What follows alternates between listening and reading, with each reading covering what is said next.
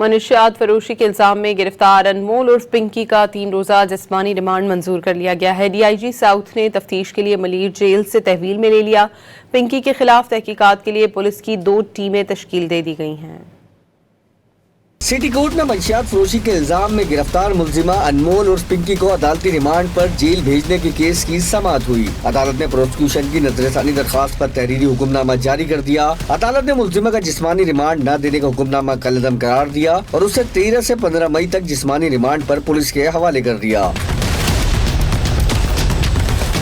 ادھر کراچی میں judicial magistrate جنوبی نے انمول عرف پنکی کے خلاف منشیات اور غیر قانونی اسلحہ برآمدی کیسز کی سماعت کی۔ ملزمہ کو گزری تھانے کے 4 مقدمات میں بھی عدالتی ریمانڈ پر جیل بھیج دیا گیا۔ دوسری جانب ڈان نیوز نے کوکین کوئن انمول عرف پنکی کی گرفتاری میں ظاہر پتے کا سراغ لگا لیا۔ ایف آئی آر میں درج پتہ پنکی کا نہیں بلکہ بدنام زمانہ گٹکا فروش محمد رضوان کا ہے۔ ذرائع کے مطابق بدنام زمانہ محمد رضوان ماضی میں گرفتار ہو کر جیل جا چکا ہے۔ منشیات ڈیلر انمول عرف پنکی کی جڑیں کراچی سے لاہور تک پہنچنے کا بھی انکشاف ہوا۔ ملزمہ پر لاہور میں درج منشیات کا مقدمہ بھی سامنے آ گیا۔ تحقیقات میں یہ بھی انکشاف ہوا کہ ملزمہ نے وزیر آباد کے رہائشی ناصر علی نامی شخص سے شادی کی اور مبینہ طور پر دونوں نے مل کر آن لائن منشیات فروشی کا نیٹ ورک چلایا۔